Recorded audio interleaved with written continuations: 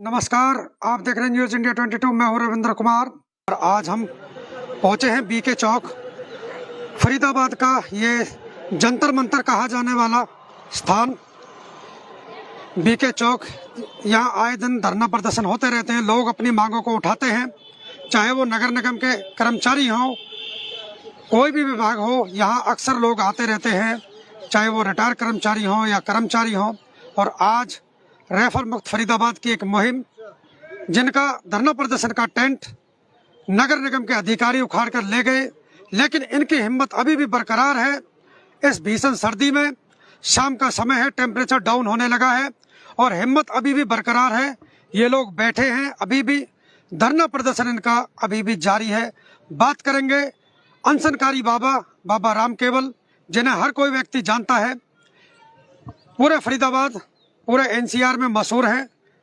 कई बार वो मुद्दों को लेकर सड़क पर बैठे हैं और जनता की लड़ाई उन्होंने लड़ी है और जनता के हकों में उन्होंने फैसले कराए हैं। और आज इस फरीदाबाद को एक अच्छी व्यवस्था मिले, लोगों को इलाज अच्छा मिले, इसलिए ये लोग धरना प्रदर्शन यहाँ कर रहे हैं। आइए अब चलते हैं और बाबा से बात करते हैं। आज कितने दिन उन्हें हो चुके हैं? जी बाबा नमस्कार। नमस्कार। नमस्कार। आज कितने दिन हो चुके हैं आपके इस धरने प्रदर्शन? आज भाई 7 दिन हो गए हैं और 7 दिन में नेता और अधिकारियों के 7 कर्म हो गए हैं। आज आपके टेंट को उखाड़ के ले गए हैं नगर निगम के अधिकारी। हाँ, तभी तो पता चला हमें कि इनके 7 कर्म हो चुके हैं। नेता और अधिकारी परेशान हैं और इनके बेचैनी बढ़ रही है। इनको गुप्त रोग और बवासीर जैसी बीमारी हो गई है। यानी कि ये बताने सरकार को टेंशन होनी शुरू हो चुकी है बाबा। ये बताने लायक नहीं है, बता नहीं पा रहे, लेकिन परेशानी है, बहुत जबरदस्त परेशानी है। बता नहीं पा रहे, बाबा जी को पचा भी नहीं। और इनको लग रहा है कि 22 बार हमें बात माननी पड़ी है तो 23वीं बार भी माननी पड़ेगी।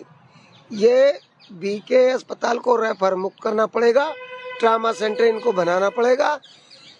सतीश चोपड़ा के विगत वर्षों की जो तपस्या है ना, उसको खाली नहीं जाने देगा ये शहर। 26 लाख आबादी को उसका हक दिला के रहेंगे। अब हम सतीश चोपड़ा जी से जानेंगे। सर नमस्कार। जी नमस्कार। आज की ये जो मुहिम है आपकी रेफर फरीदाबाद, ये रेफर मुक्त फरीदाबाद, देखिए आज इसके बारे में आप क्या कहेंगे? देखिए पहली बात, ये आज की मुहिम नहीं है, बरसों की मेहनत है। हम बरसों से यहाँ की जो कमियां हैं, और हमारे पत्रकार साथियों का धन्यवाद करता हूँ, समय समय पर उठाते रहे। हमने पत्राचार भी किया। देखिए बार बार ये टीवी डिबेट पे बोलते थे, हमने फरीदाबाद को एक मेडिकल कॉलेज दे दिया, छांसा मेडिकल कॉलेज, श्री अटल बिहारी वाजपेयी का नाम दे के। जब हमने इनकी डिबेट देखी, हमने जाके यहाँ पे जमीनी हकीकत जो देखी, वो बिल्कुल उलट थी इनके दावों के। वहाँ फिर हमने आरटीआई लगाई, हमारे पत्रकार साथी वहाँ गए, वहाँ की जमीनी हकीकत बताई कि 3 करोड़ रुपए वहाँ तनख्वाह जाती है, 550 वहाँ कर्मचारी हैं, 50 करोड़ उसकी डेंटिंगमेंट पे लग गया। सीएसआर फंड से अरबों रुपए की मशीनरी आ गई, परंतु किसी भी मरीज को आज तक वहाँ एडमिट नहीं किया गया। ये हमारी लड़ाई क्या थी? हमारी तो जरूरत, जो शहर की जरूरत है, हम उसको उठा रहे हैं। बिल्कुल, आपका कोई निजी मामला थोड़ी है, तो जनता के लिए है। यही बात थी कि कब तक जो है रेफर का खेल होता रहेगा। इस खेल के अंदर लोगों को अपने जान दे के खमियाजा भुगतना पड़ता है। हमारे शहर को ट्रोमा सेंटर की जरूरत है। ये पूरा लोकसभा क्षेत्र की बात कर रहा हूँ मैं, सिर्फ फरीदाबाद की नहीं, पूरा फरीदाबाद लोकसभा क्षेत्र की बात करें, बदरपुर बॉर्डर से कोसी बॉर्डर तक, इस पूरे एरिया के अंदर एक भी सरकारी ट्रोमा सेंटर नहीं है, जिसकी वजह से लोग असमय काल का ग्रास हो रहे हैं। दूसरी बात, अगर बल्लभगढ़ से आगे कहीं एक्सीडेंट होता है, उसे बल्लभगढ़ अस्पताल लेके जाते हैं, बल्लभगढ़ से बीके से उसको दिल्ली भेज दिया जाता है। इस सारे लंबे टाइम पीरियड के दौरान जो मरीज का कीमती समय होता है, जो पहला घंटा जो होता है, उसको गोल्डन आवर बोला जाता है, अगर उस समय में सही तरीके का इलाज मिल जाए तो व्यक्ति के प्राण भी बच सकते हैं। अगर उसका अंग भंग हो जाता है तो वो भी जुड़ सकता है जी। तो हमारी मांग यही थी, जो यहाँ गरीब गुरबा इलाज के लिए आता है, देखिए उसको इलाज की जगह ये रेफर देते हैं। यहाँ ना दवाइयाँ हैं, ना डॉक्टर है, ना स्पेशलिस्ट डॉक्टर है, ना सुपर स्पेशलिस्ट। हॉस्पिटल वाले तो या तो प्राइवेट हॉस्पिटल के लिए रेफर कर देते हैं या दिल्ली के लिए कर देते हैं। प्राइवेट के लिए तो रेफर कभी नहीं होता, रेफर टू हायर सेंटर या सरकारी के लिए भेजते हैं। इसके बाद वहाँ गुर्गे जो होते हैं, उनका काम शुरू हो जाता है।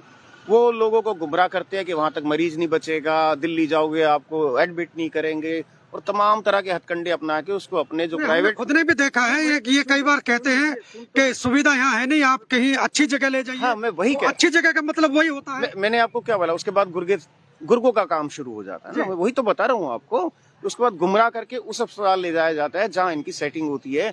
इनको 20% कमीशन मिलता है टोटल बिल के अंदर, जो एक दलाल घूमते हैं। उस पर हमने काफी हद तक रोक लगाई, बहुत लोगों को यहाँ दिक्कत हुई। हमारी बात सिर्फ ये देखिए, जहां भी सुविधाओं का अभाव होगा वहां करप्शन होगा। करप्शन कैसे खत्म होगा? आप सुविधाएं बढ़ा दो, रेफर ही नहीं होगा तो ये दलाल अपने आप खत्म हो जाएंगे। बिल्कुल बिल्कुल, लोगों की जान बचेगी। गरीब आदमी के पास दो ही ऑप्शन होते हैं, या तो जान से जाए या अपना जमीन जायदाद बेचे, जेवर बेचे तो अपना इलाज करवाए। हम सरकार का नैतिक दायित्व यही होता है, इसीलिए सरकार चुनी जाती है कि लोगों के जान माल की रक्षा करे। यहाँ ना जान बच रही है ना माल बच रहा है। और भी नेता सामाजिक लोग यहाँ बैठे हैं, उनसे भी बात करेंगे। आज के समय में जो हॉस्पिटल के अंदर प्राइवेट में लोग जाते हैं, इलाज बहुत महंगा है। और यहाँ इस बीके की यदि हम बात करें, ठीक बिल्कुल हम बीके के सामने हैं। यहाँ पर दवाइयों का टोटा लगा रहता है, दवाइयाँ समय पर मिलती नहीं। यदि कोई कुत्ता भी काट लेता है तो रेबीज के इंजेक्शन भी समय पर नहीं मिल पाते। यह स्थिति बनी हुई है। संतोष जी से बात करेंगे। जी सर, नमस्कार। नमस्कार जी, नमस्कार जी। सर, ये जो व्यवस्था ऐसी चली हुई है कि यहाँ ना दवाई मिलती है ना प्रॉपर ट्रीटमेंट मिलता है, इसके बारे में आप क्या कहेंगे? मैं आपके चैनल के माध्यम से और आपके दर्शकों तक पहुंचाना चाहता हूं, ये जो लड़ाई है पूरे फरीदाबाद की जनता की लड़ाई है जी। फरीदाबाद के अंदर 26 लाख से ज्यादा आबादी है। अगर मैं पूरे लोकसभा की बात करूं तो 50 लाख के करीब है। और कहीं भी यहाँ फरीदाबाद के अंदर अगर किसी का एक्सीडेंट हो जाए, कोई बीमारी हो जाए, तो सरकारी अस्पताल में इलाज नहीं करवा सकते। तो आज जो सतीश चोपड़ा जी, बाबा राम केवल जी और तमाम हमारे समाज सेवी साथी, यहाँ तक कि पत्रकार बंधुओं ने भी इस धरने को समर्थन दिया हुआ है। तो हमारी सबसे अपील है जनता से कि जनता जनार्दन अपना एक न एक दिन समय यहाँ पर जरूर दे और इस धरने को कामयाब करे। और हमारी सरकार से भी अपील है, हालांकि सरकार को, जैसा कि बाबा जी ने बताया कि 22 बार हर धरने में कामयाब हुए हैं, 23वीं बार भी सरकार को यहाँ झुकना पड़ेगा। और उसका परिणाम आज देखने को मिल गया है। आज उनकी बौखलाहट को देखना हमें मिल चुका है। तो हमें निश्चित तौर पर धरना हमारा कामयाब होगा और जो जनता की मांग है वर्षों पुरानी, वो मांग पूरी होगी। जी, धन्यवाद। अब और भी लोग हमारे साथ जुड़े हुए हैं, उनसे भी बात करेंगे। सर, नमस्कार। नमस्कार सर, आप क्या कहेंगे रेफर मुक्त फरीदाबाद के बारे में?